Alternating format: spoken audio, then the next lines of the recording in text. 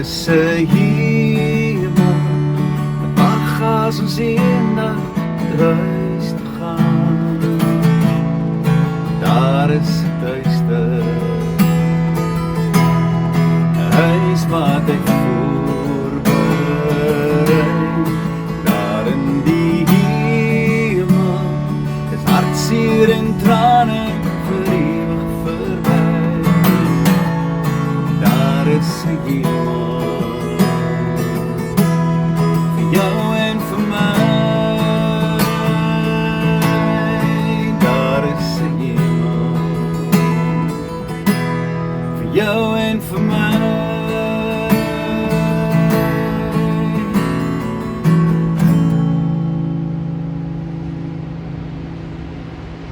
Goeiemôre en welkom vanoggend by ons reis deur die boek van Matteus saam met my, Willie Joubert.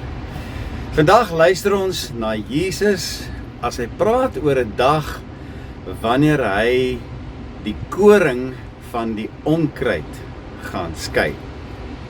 Nou die dag is 'n dag van skeiding. Ons lees daarvan in Matteus 13 vers 30 vandag. In Matteus 13 vertel Jesus die gelykenis van 'n koringboer se vyand wat onkruid saai tussen sy koring. Na aanleiding van hierdie gelykenis kom Jesus se woorde vandag na ons toe en word ons teks in ons oordeenking. Sy woorde is: laat albei saam groei tot die oes toe. Met ander woorde, tot die oes ryp is, moet albei saam groei op dieselfde spasie, sê Jesus. En in die oestyd sal ek vir die maaier sê: maak eers die onkruid bymekaar en bind dit in bondels om dit te verbrand. Maar bring die koring bymekaar in my skuur.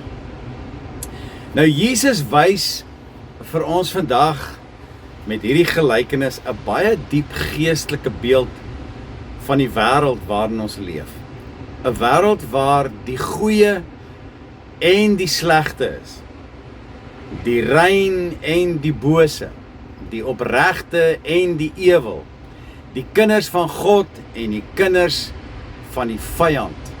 Waar hulle saam funksioneer en saam bestaan vir nou. Maar daar kom 'n dag waarvan ons almal moet kennis neem, soos Jesus daaroor praat vandag. Die dag van skeiding. En die Here ken sy eie. 'n Dag van skeiding, wanneer God self sal onderskei wie werklik aan hom behoort. Nou Jesus sê in ons vers vandag, vers 38, dat die saailand die wêreld is. Die ganse wêreld waarin ek en jy nou leef. Die goeie saad is die kinders van die koninkryk. Die wat wedergebore is en in gehoorsaamheid sy weë volg en daarin wandel totdat hy kom om ons te kom haal. Almal wat aan hom behoort. Die onkruid natuurlik is die naam Christene wat die balkie van Christenskap om hulle nek hang en dra, maar geen ware gehoorsaamheid najaag en ook nie hulle self aan God toewy met al hulle totale loyaliteit en hulle verloon hom en verwerp hom met hulle dade en somtyds ook regheid ook met hulle woorde. Dis daarom wat ons lees in Matteus 7 vers 21 dat Jesus prontuit dit so reguit vir ons kom sê. Hy sê: nie elkeen wat vir my sê Here, Here, sal die koninkryk van die hemele binnegaan nie, maar slegs hulle wat die wil doen. En ons moet daai doen eintlik onderstreep, wat die wil doen van die Vader. God laat die son opkom oor almal, oor die goeie en oor die slegte. Hy laat dit reën oor regverdiges en onregverdiges. In sy groot genade laat hy almal saam toe om te groei. Partykeer vra mens jouself oor godlose en bose mense. Hoekom verwyder die Here nie net sulke mense nie? Hoekom moet hulle in die eerste plek daar wees? Maar God se lankmoedigheid gee aan almal 'n kans tot bekering. Lees ons in 2 Petrus 3 vers 9. Jy sien, die onkruid en die koring lyk aanvanklik eers presies dieselfde. Het jy al gesien as kinders bymekaar is, dan is daar net opregtheid. Maar soos hulle groot word, begin dinge verander en gebeur. Wanneer die koring en die onkruid begin groei, lyk dit aanvanklik baie soortgelyk. Dis eers later, wanneer die koring begin vrug dra, dat die verskil duidelik opgemerk en gesien kan word. Net so lyk baie mense, Christene, wat soms baie mooi lyk van buite, die gedaante van godsaligheid het, maar geen krag nie. Ons sien soms mense by die kerk wat vriendelik is, selfs aktief is in die bediening. Maar die vraag is, dra ons ware vrug, die ware vrug van die Gees? Hoe dikwels hoor ons mense sê, ek wil niks met Christene uit te waai nie. En as dit is hoe 'n Christen lewe, dan wil ek liewers nie een wees nie. Is dit nie hartseer dat ons hierdie realiteit moet sien om ons nie? Dit moet juis totaal die teenoorgestelde wees. Want Matteus 7 vers 16 sê vandag, aan hulle vrugte sal julle hulle ken. Nou hier is iets baie interessant wat jy moet opmerk vandag, of wat jy vandag dalk nie geweet het nie. 'n Koringaar buig onder die gewig van sy graan, nederig en afhanklik.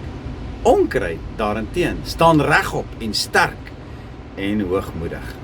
Dis net 'n mooi beeld.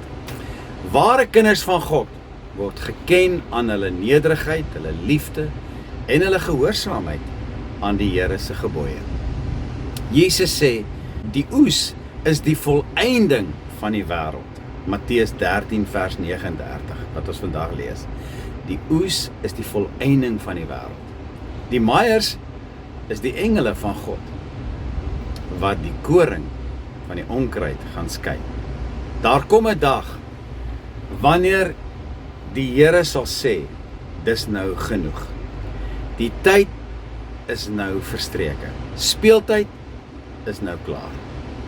Die onkruid, of diegene wat sonder Jesus geleef het, sal afgeskei word en gebind word en verbrand word. Hierdie is verseker 'n prentjie wat dui op die ewige oordeel. Wat wag vir mense waarvan Jesus sê, gaan weg van my af, want ek het jou nooit geken. Maar die koring daarenteen, die ware kinders van God, hulle wat volhard tot aan die einde toe, dis vir hulle wat Jesus kom. Hy wil hulle bymekaar maak, en hulle moet bymekaar gebring word in die Here se skuur. Dis hulle wat 'n ewige tuiste verwag, die hemel of die paradys, waar geen trane of hartseer of pyn meer sal wees nie. Miskien net trane van vreugde, wanneer ons hom in sy volheid aanskou. Daar is nog genade, tyd vir ons almal, tyd om nog hier op aarde reg te maak. Want jy sien, tyd is genade, terwyl die Here nog vertraag om te kom. Gaan lees maar in 2 Petrus 3, hierdie kosbare realiteit. Die Here se begeerte is, dat geen mens verlore sal gaan. Daarom roep hy vir jou, en ook vir my vandag, weer 'n keer, roep hy ons, bekeer julle, want die koninkryk van die hemel het naby gekom. Ons lees daarvan in Matteus 4 vers 17. Miskien voel jy vandag moedeloos, wanneer jy sien hoe die wêreld al hoe meer boos word, en bose mense floreer. Hoe die onkruid oorneem in ons dag en tyd. Maar God sê vandag vir jou en vir my, Moenie moed verloor of mismoedig raak. Jou roeping is maar net om aan te hou, om lig te wees, om die goeie saad te wees, die koring wat op die land staan, om te bly volhard tot die einde toe en om getrou te bly tot hy eendag weer kom om vir jou en vir my te kom haal aan die einde op die wolke. Die beloning van die regverdiges aan die einde van hierdie gelykenis, sê Jesus, dan sal die regverdige skyn soos die son in die koninkryk van hulle Vader. Matteus 13 vers 43. Wat 'n wonderlike belofte vir jou en vir my. Ons gaan skyn met die heerlikheid wat God se Gees binne in ons gaan laat skyn. Ek wil vandag uit my hart vir jou kom sê, God sien jou getrouheid. Hy sien jou trane. Hy sien jou offers van gehoorsaamheid. En hy hou dit alles in sy boek van herinnering. Daar kom verseker 'n tyd wanneer die kinders van God hierdie aardse bestaan gaan verruil vir 'n ewige heerlikheid. Mag dit jou en my deel wees wanneer ons eendag Jesus sien kom op die wolke.